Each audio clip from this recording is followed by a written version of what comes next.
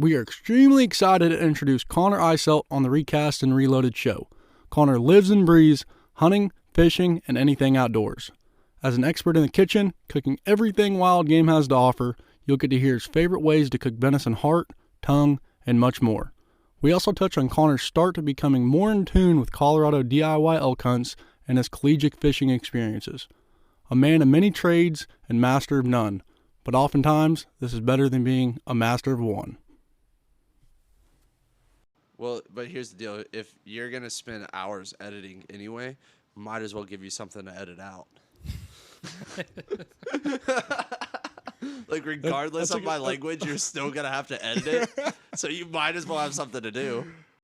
And, man, Conner, dude, this is why it's exciting to now get the opportunity to record some of this stuff, because me and you, Conner, we've had some pretty good conversations and stories over the last few years.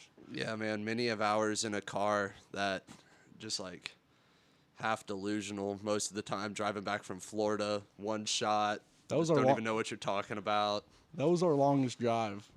Florida. Through terrible rainstorms that just followed us south as we moved and just never ended for 12 hours. It was absolutely terrible. That's some pretty good travel food. We had there's no telling what we would run into on that place. Potato salad on the drives, macaroni in the microwave. Josh, you'll have to go to Florida for bass fishing tournament. That was now MLF. FLW. Yeah, back in the good old days. College National Championship. Those were always, I mean, Dakota, you fish FLW or like bass the whole year. You fish 5 tournaments to qualify for the national championship. And that's where you get the chance to win some like good money. But you also, it's always a really cool lake. Well, I say that, but like bass, they had it on the Red River, like, a couple different years. What was that one lake in Oklahoma? That lake was terrible. I hated it so much. It was was it Grand? Yeah. Yeah, it was Grand Lake. There's not a single bass in that whole entire lake. We fished for 5 days. I think we caught 6 rocks. It's one of those tournaments where you get there all pumped up, you're taking videos, and like I used to do like these daily updates. And we were there for 5 days, and after day 2 I just stopped doing the updates. Ugh, it was so depressing. Just so piss poor. Because it was so bad. Just everything you could imagine you do to cold water fish. And then some local told us, was like, yeah, like 2 weeks ago the lake was solidly iced over. There was like a fox. There was a fox running across it. He said he saw out of his back door. We're like, that probably is why these fish are not cooperating. Dazed and confused Oklahoma fish. I really want one of those jackets. Who was it that came out with them? Those jackets that says "This lake sucks." I don't know, but I could wear that shirt at a couple lakes. Yeah. Over the past couple years. For sure. But yeah, Dakota still hasn't had any good experiences where I feel like every time we're talking about fishing, it's at least around Dakota, it's been about the bad times fishing, because honestly, to be completely honest, I remember the bad tournaments to an extent more than some of the good tournaments, just because, I mean, the good tournaments, yeah, you remember them because you're whacking on them, but the bad tournaments, they just turn into just funny situations because we would make the most out of them. The good tournaments, there's only one thing to say, and that's we caught them. Yeah. The bad tournaments, it's like you got to find something else to talk about. So. Yeah. I'm excited coming around this time. Or to get back out on the boat. I mean, I went with Josh. Did he tell you about our last venture on Lake Arlington? No. Man, 2 podcasts in a row. We're talking about me not putting Dakota on fish. This is good. Josh always talked about flipping trash mats at that lake was the move. Like full trash cans, man. You toss frog back up in there, get blown up. But see, I didn't flip any trash mats, Dakota. I wouldn't say so. I think we were kind of doing a wintertime power fish, to be completely honest. Just a straight power hour out there. Well, it was a couple hours after work, and like Riker Homes, and then a lot of people that fish out there, like you have your spots because it's your home lake, and typically you get there and you know if they're going to be there or not. And we just kind of power fished through a bunch of those spots with Yeah, we just went on a whim a too. little It bit was of like everything. just out of nowhere, Yeah, we did. Mhm. but still a good time. Time on the water. Yeah. So Connor, dude, as we've already kind of expressed, me and you fished together in college. We met in college, but that's not all that consists of Conner Iselt. Everyone would always make the joke of man of many trades, but master of none. Yet to master anything, that's for sure. There's always more to learn. We're sitting here at his house right now, and I'm looking around the room, and we got some turkey on the wall, some Yodi pelts, some Axis sheds, a pretty wild looking, I would say coal buck, but not. I'd put that thing on a. This is a on the wall. high-end, non-typical whitetail deer right here. It's got a drop tine just Looks like a 90 degrees right out of its skull straight down. straight up nub. Mm-hmm. Straight up nub. Oh, and then we got the New Year's Eve jacket. Yeah, let's not talk about that. Bedazzled gold. I didn't even notice that. That was the best $20 ever on Amazon. Redfish, those mahi listening- mahi, pheasant, bighorn sheep. But what would you say your favorite thing to do is? And that's a loaded question. It depends on the time of the year. I mean, right now, for the past, I'd say year and a half, probably, if I have any free time, I think about elk hunting in September. Yeah. Because especially after this past year, whenever I was able to go up there and hunt them for 10 days, and I just got my absolute butt kicked by elk. I mean, one close encounter that the wind just 180'd on us. And after that, it was like, man, it took us 8 days to get this close. Like, we don't have 8 more days to try to get close to another one. You looked like you knew what you were doing. Yeah, I was really good at the Instagram. It looked good on the Instagram, but there was no elk to be found. Where were y'all at exactly? In Colorado? Yeah. What's the process of getting there? Like drawing a tag, buying a tag. Yeah, that's why we go to Colorado right now, because me and the group of guys I do this with, we have not been putting in for points, and we don't really know a lot of these areas very well. Like, if you're going to be putting in for 5-6 years to get a limited draw tag, you want to know that the zone you're going into is pretty good. Like, you've spent 5 years of time logging onto the website, buying the points, getting the points accumulated, and then you're about to waste 5 years of time essentially on one tag. So you want to make sure that like that area you're going into is good.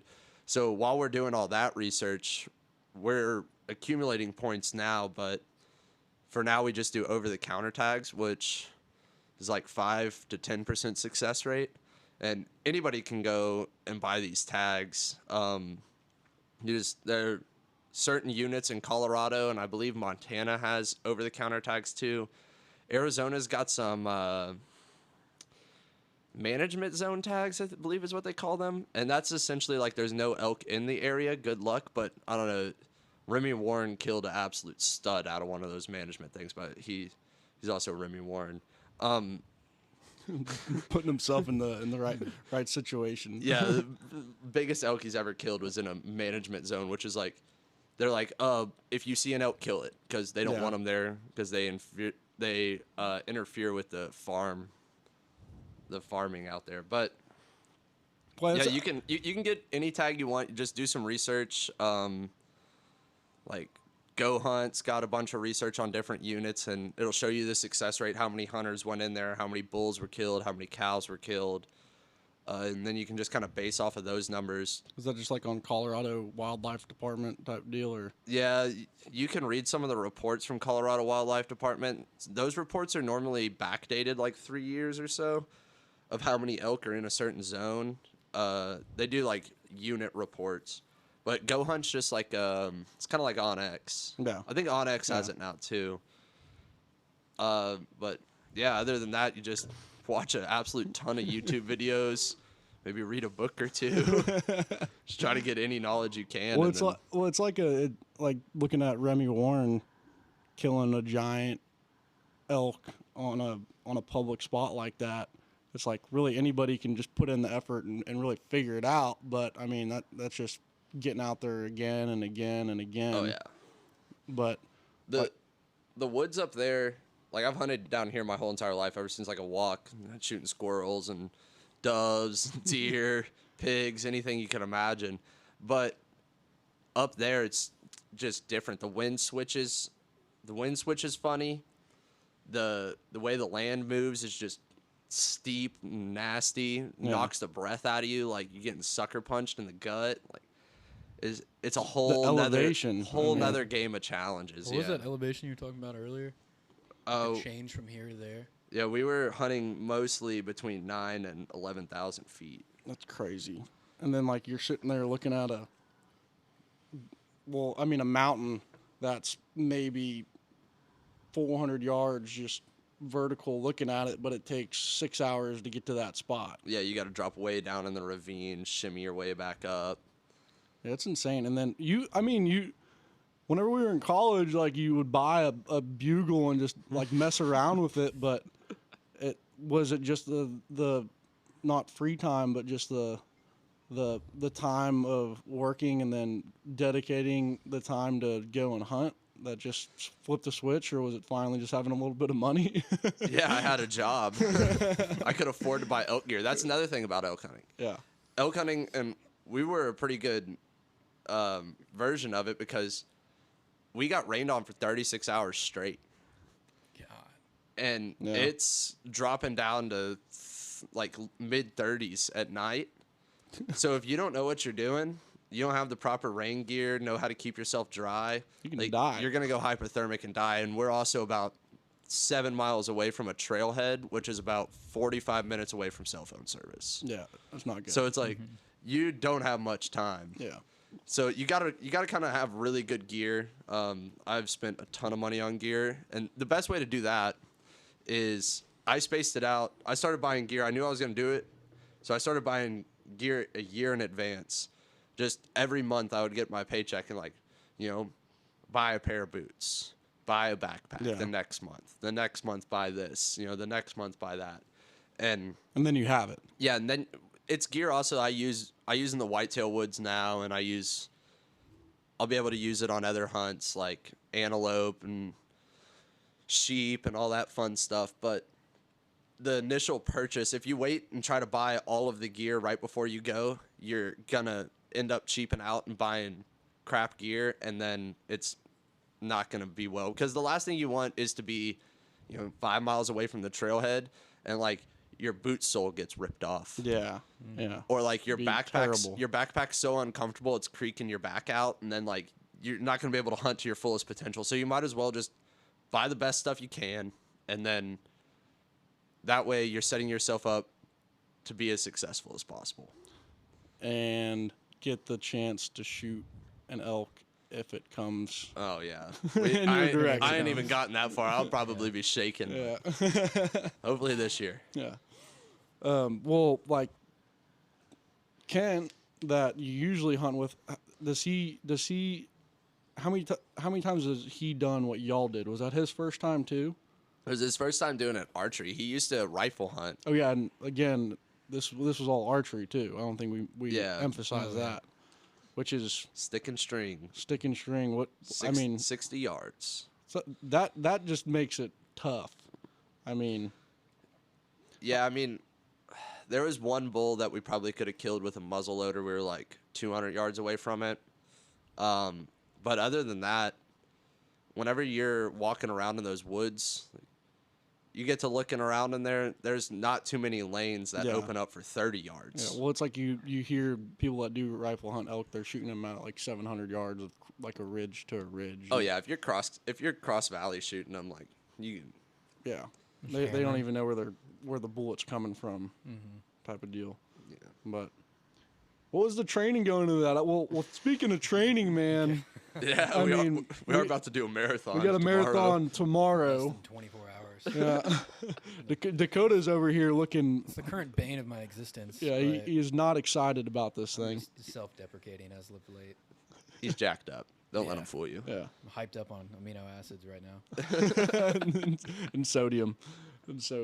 But I mean, I saw you'd be marking some workouts on the Garmin, walking around the neighborhood with a pack. Yeah, that's how I needed, the biggest thing is break in your boots, right? And what I would do to break in my boots is put a bunch of rocks in my backpack, make that thing like 80 pounds, put it on my back, and put my boots on and just walk around the neighborhood with that heavy weight on my back. So that way it kind of like got my back and my legs accustomed to how the weight's going to be displayed on my back. Because each one of these backpacks is different. You want a lot of the weight on your hips. And then also just to break in the boots so that way Yeah. Well, you're not getting up there and getting a bunch of blisters. what's the weight of a field dressed elk that you're carrying out? You know, like a lot. Yeah, a lot. I mean, you're probably, whenever you're trucking an elk out, you're going to have, if you're doing it by yourself, you're probably going to have 4 to 5 trips. And each trip you're probably looking at anywhere from 100 to 150 pounds on your back at a time. Because you're going to do the back quarters, the front quarters. You got to do the back straps, and like these aren't no little baby back straps. Yeah. These things are huge. The back straps, inner loins, the head, and then depending on how far away I am, I'm going to get some neck meat, some rib meat. Definitely going to get the heart. Like, there's a whole bunch of stuff. The tongue. The tongue's definitely coming out of there. Big How tongue long does guy. it take to field dress a whole elk? Probably a while, I would imagine. Connor it's doesn't like, know yet. Oh, yeah.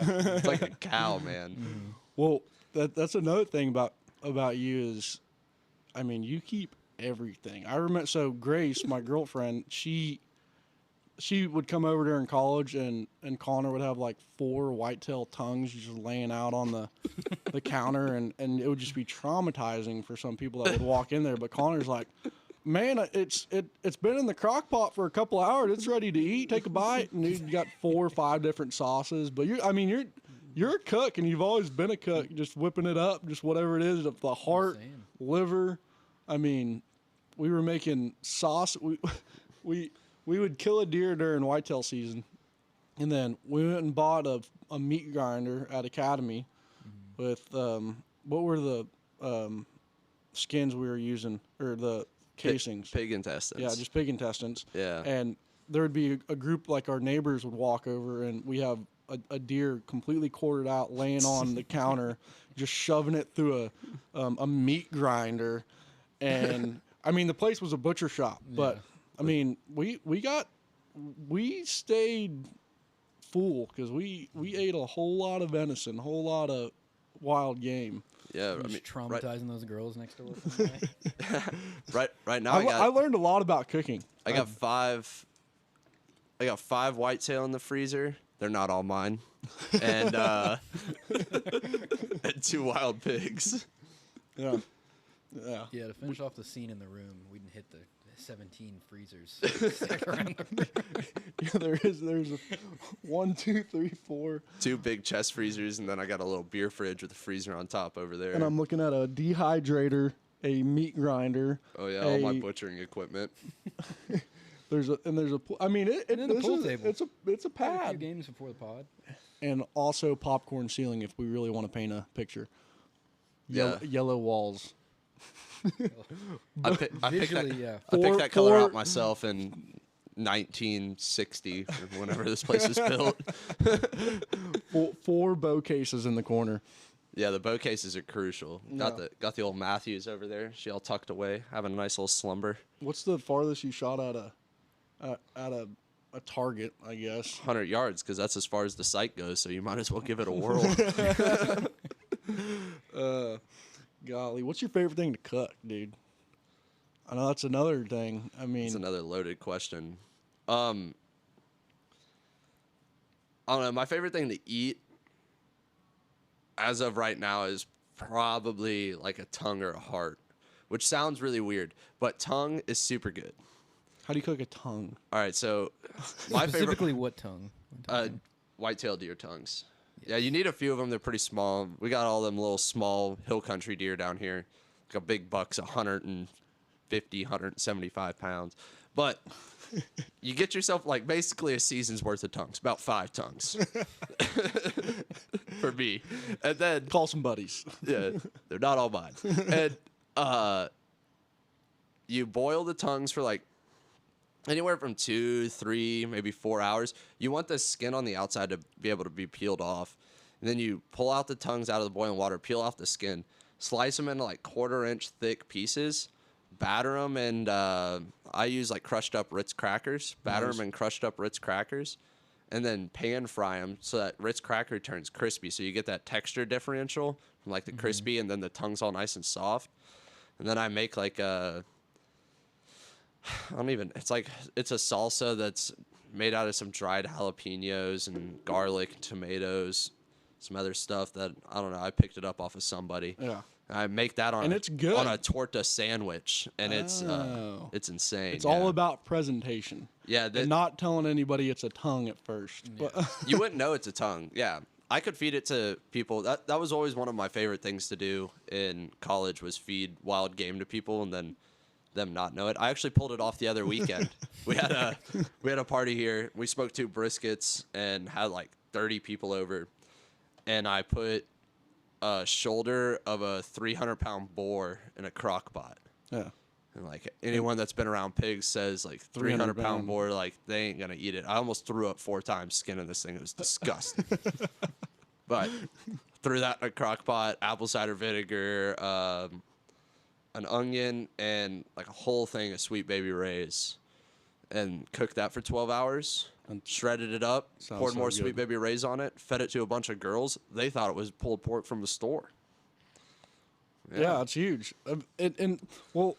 Like we would always kind of joke around about how like, oh, Connor's cooking tongue or heart or liver or something, but like in reality, that's one of the things that a lot of people need to know how to cook and utilize, because it just goes back to conservation and getting everything you can out of an animal that you're killing. Because I mean, you take, but like giving it back to people in a presentable, approachable way whenever it comes to a tongue, I mean, I think it feeds into the mojo of you as a hunter and an outdoorsman, and the karma of or good karma of eating an entire deer, because you always get the opportunity at shooting something. A lot of people don't, like me sometimes, because I wouldn't say I'm incompetent in the kitchen, but I was nowhere at the level I needed to when being a hunter, because, and it's hard to do.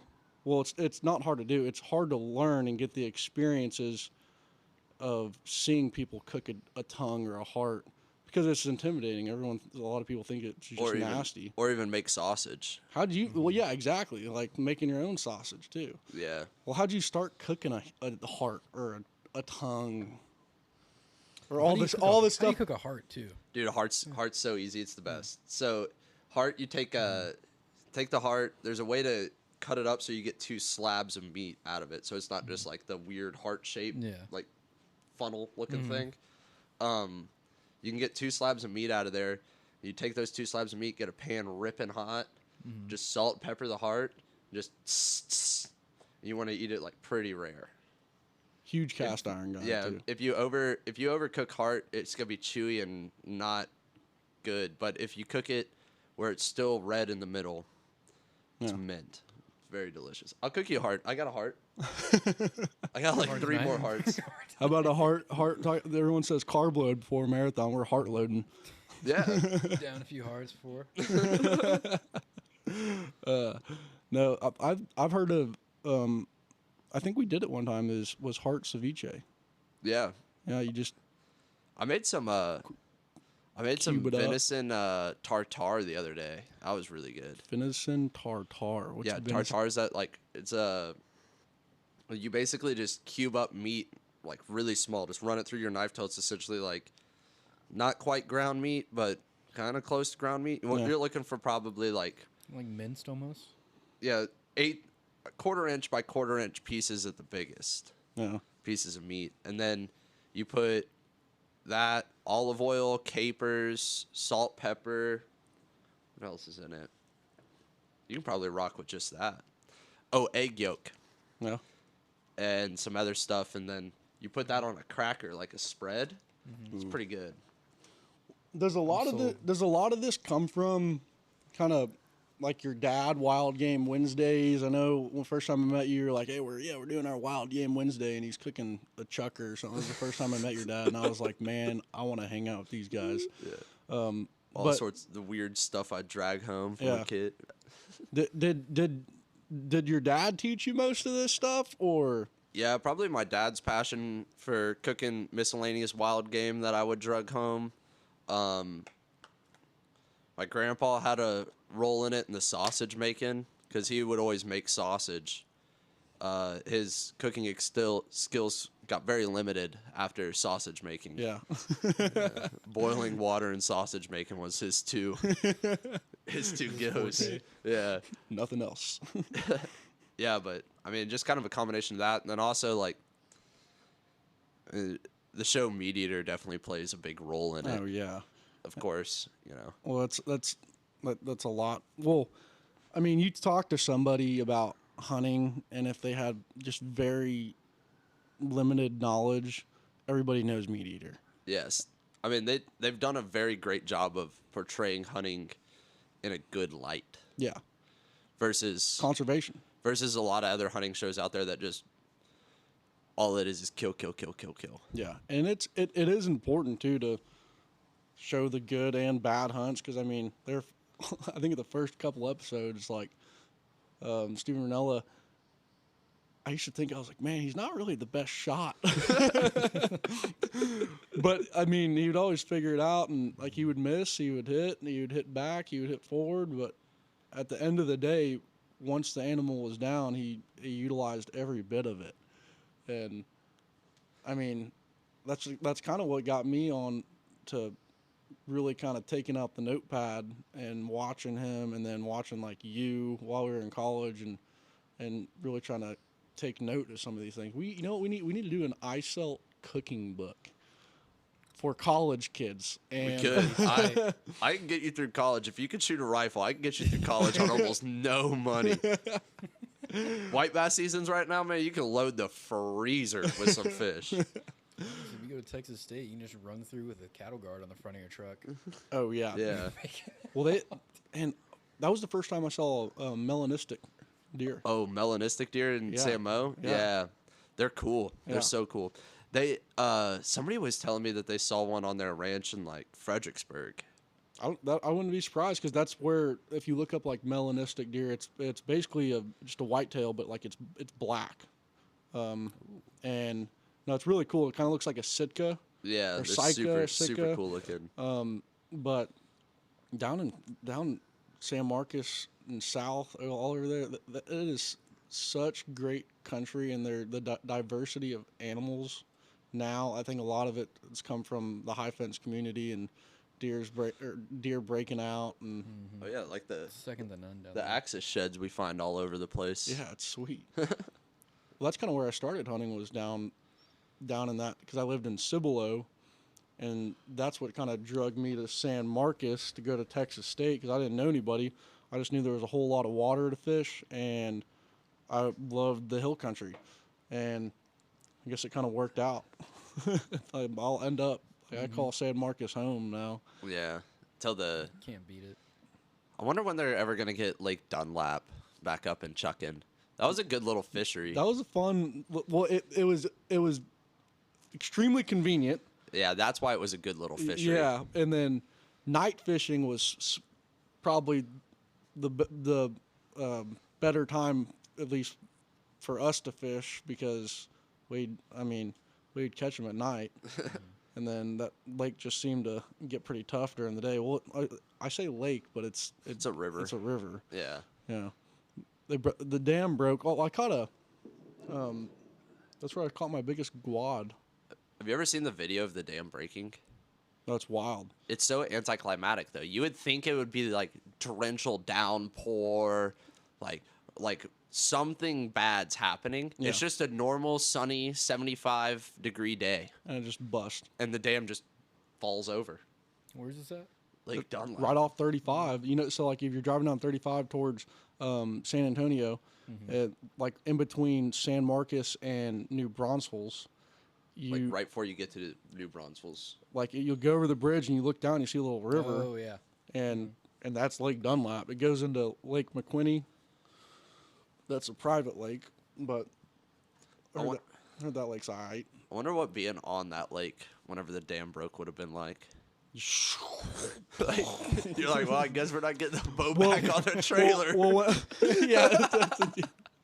Well, I remember we would always fish right on that spill right there, and I was sitting there watching the video, and like right where it broke too is like we were literally fishing in that spot. And I'm like, man, if somebody was just there, Yeah. and all of a sudden, because there wasn't a like a warning, the dam. That's what gave. I'm saying. Yeah, it was a pretty day. It was a normal day. Yeah, the and dam just falls over. Why did they not? Because I knew there was talk of the Corps of Engineers just leaving it the way it was. I wonder what the reasoning behind that. Probably money. Well, yeah, money and End of the day. Yeah. Money. Yeah. Well, let me ask y'all this: 'Cause y'all been what? How long were y'all a team? 4 years. 4 years. What was the most rewarding experience? The one that like sticks out the most to both of y'all throughout those 4 years. If you just had a hammer on the head right now. So I would immediately say a Texoma tournament. That was, we got 7th, right? Or was it 9th? I think it was 7th. I immediately think qualifying tournaments for the national championship, because those tournaments were typically the best. So that was Ray Roberts, or no, that was Fort Gibson. Yeah, shout out to whoever fished that and had COVID. We got like 11th place. Everyone got COVID? No, we got 11th place, and we needed to be in the top 10. And like one of the teams in the top 10, their school still had a ban To travel. on traveling for sporting events, and the whole team got DQ'd. So that my team getting God. kicked out pushed us into That was qualifying. perfect. Was this 2020? That was 2021. That was Yeah. our that was our perfect that was our last year, and we qualified to fish at Rayburn. No, that was the Grand Lake. Turd Lake in Oklahoma. That was Grand Lake. But yeah, Fort Gibson. That was a fun tournament. That tournament in Texoma, I could probably speak kind of similarly about, where whenever we would ever go and fish a lake, me and Connor put in the effort, mostly because we kind of took the most days off we could for school, and we would get to fish. But I mean, we pre-fish for 3 days, 2.5 days, whatever it was. We found the fish, and it worked out during the tournament. Texoma, that was probably one of the best smallie days I've ever had. Mixed bag.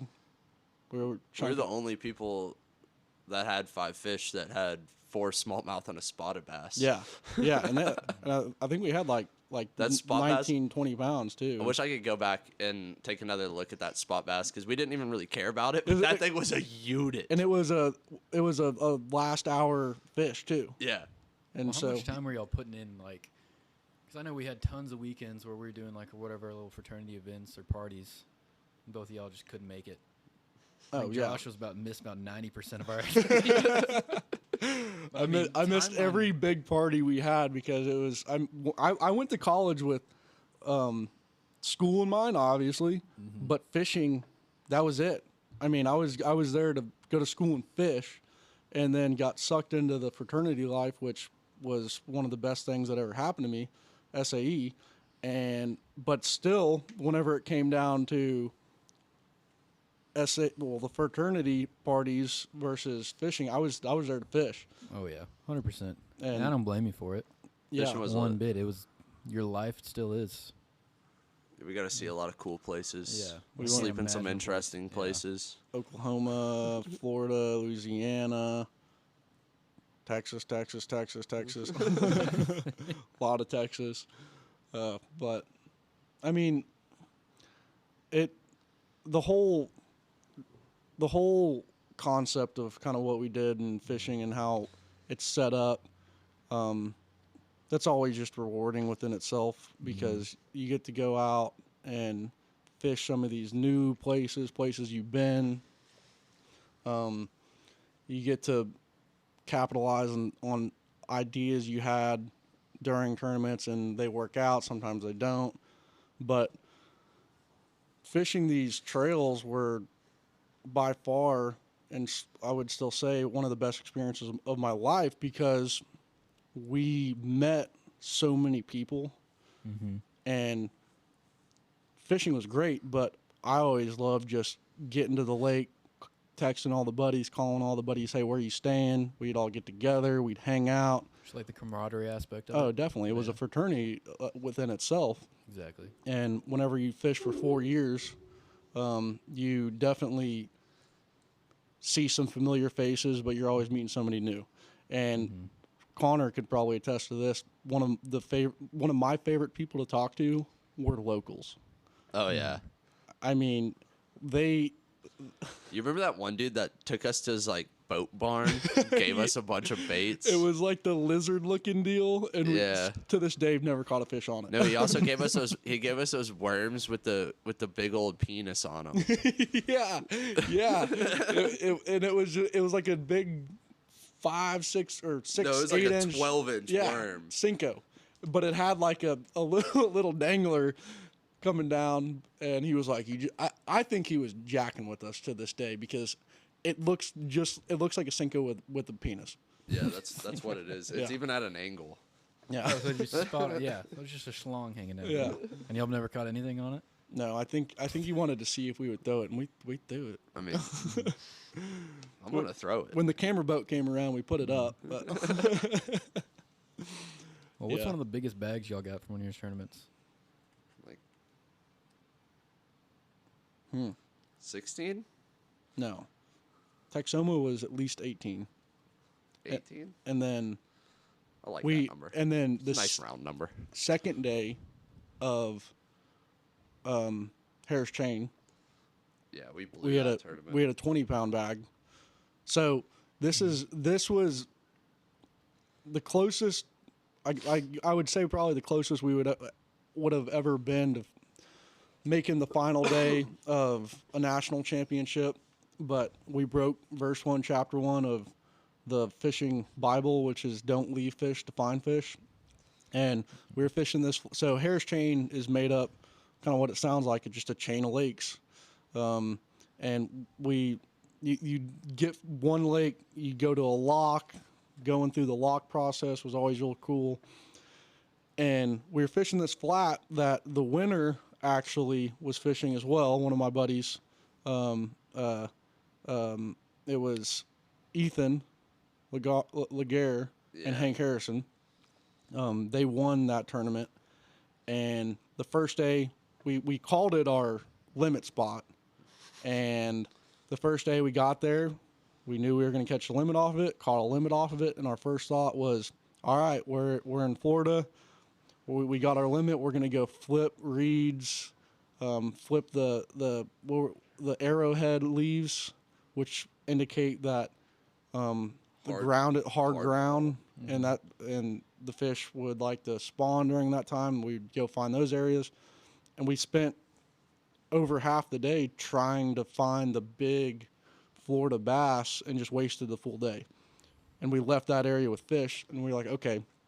Second day came around, went to our limit spot, caught a limit, but we were like, you know what, we should probably just stay here. We're catching fish, and we, throughout the day, scrounged up 20 pounds, but the whole field kind of had a similar monolithic aspect to what we did, which was some people didn't catch them the first day, everybody caught them the second day.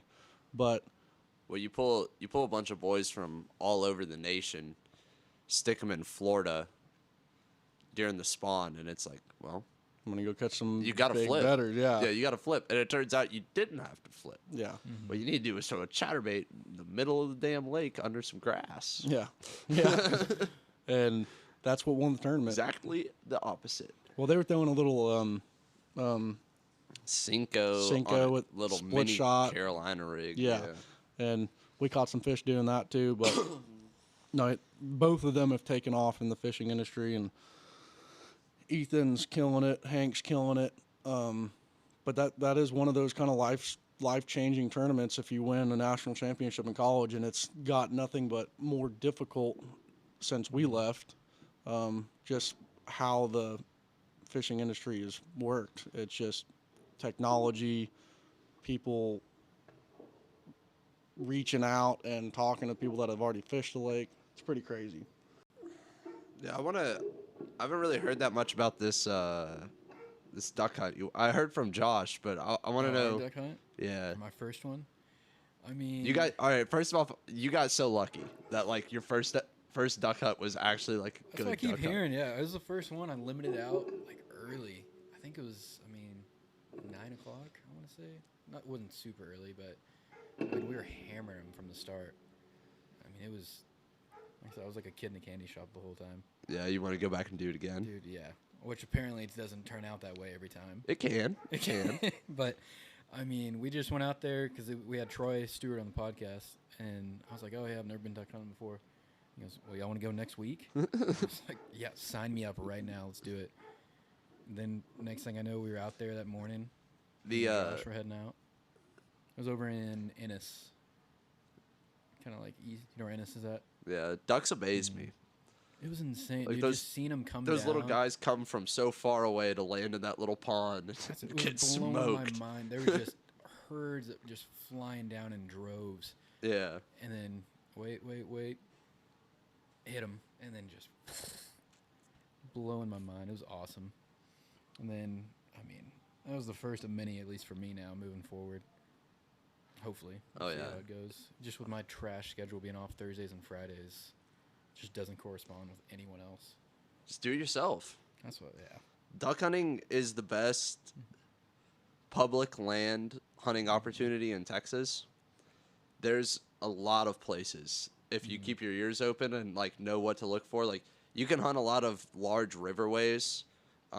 There's a lot of lakes that allow duck hunting, and some of them have walk-in opportunities, so you don't even need a boat. Now it is a lot of work. Yeah.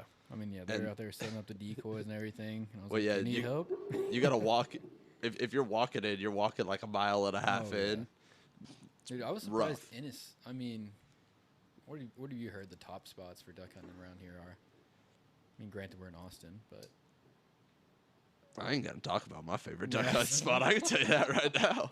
Too many people already show up Yeah. over there. I will say the coast can be pretty good. That's really generic. The coast can be really good because you're guaranteed 2 redheads. Hey, essentially. Grace. What's up? Hola. She bring any friends? No, it doesn't look No, like she it brought looks like- brought any well. friends. That's a shame. What a shame. Grace, what the heck? No friends. Josh said you were bringing friends. And they're leaving. Bye. What were you saying? This year, though, so they raised the limit this year on canvas backs. Super pretty duck. They raised the limit from 1 to 2, so that's a 100% increase. That means there's a lot of dang canvas backs. Yeah. And for a good bit of the second half of the second split. So you know there's 2 splits. Second half of the second split, it's like all we freaking saw were canvas backs. Yeah. And it was kind of a letdown because normally that place has a lot of puddle ducks, which you can shoot 6 coots, or not coots. You can shoot 6 gadwall, teal, and then it was just full of nothing but canvas backs. So we were limiting out, Yeah. but we were killing 4 ducks between the 2 of us. So we were like, alrighty, now we just sit here and cross our fingers and hope Race and a comes pot of teal flow through. It's where it belongs. Never get worn again. Josh, so what you missed? We talked over the duck hunt. How you killed we went 50 on. ducks? Yeah. Not me. Didn't just everybody. kill 50 but ducks, but You know, we were just there. Yeah. Other than that, nice, that was about it. nice. Grace's friends didn't come in. Yeah. Dakota was super upset about that. I saw a tear come out of his eye. Not good, not good. Just sing with you. No. No. So serious streak. Connor doesn't need any girls in his life. He's got 5 dead deer in the deep freezer. Yeah, that's my love. Josh told me the other day that I have eaten deer heart. You have. That's one thing I was gonna say. I've done that to you and Chase. Hold on real quick. Grace, what did you just say about your deer heart? I had no idea what I was eating, so that's not fair. Who told me it was like? I knew it was deer. We told you it was fried deer, which it was. But I thought it was like, you know, a nice piece of steak or something. I don't know. But it was deer heart. Did you enjoy it? I don't remember. I mean, I didn't think it was bad, so That's good enough. I guess. That's scary. And that is a prime example of presentation is key. It is. I mean, it wasn't a lie. I said it's fried deer meat. It was fried deer meat. Yeah, That's exactly what it was. I've eaten plenty of venison, but I just if I knew it was a heart, then I probably wouldn't have eaten it. Yeah, so Dakota got his first duck hunt this year, which is huge. Yeah. Now we gotta. Got turkey. Yeah, man. we were just talking about turkey. Well, no, my mission is for next year. I need to take Dakota on some hard duck hunts. We did have a very spoiling duck hunt. Yeah, like we're gonna go to Port O'Connor. I'm gonna take a deep drive boat so we can't get in the intercoastal, and I'm gonna make you walk across mangrove islands, dragging 200 decoys. You've always been a big. That's I'm here for it. Got I it. welcome it. But I need you. I need you to understand. I need you to understand the pain of duck hunting. Sometimes it's not all just glitz and glamour, sitting in a blind, somebody else spread the decoys. Sometimes you gotta walk them in on your own back. All right. Well, I think we're getting ready to need to start cooking and getting ready for this killer marathon tomorrow. But Connor, man, this won't be the last time you're on. This was a very I mean, we could talk about a million other things, and we're gonna. We got to get on the conversation of public land one day. We got on the conversation of cooking, but we need to talk a little bit more about fishing and everything else. But we'll see what happens and see what we can come up with next time. Yes, you got sir. anything to plug? It's white bass season, so get out there and catch some white bass. Connor doesn't have any plugs. Thank you. Please come again.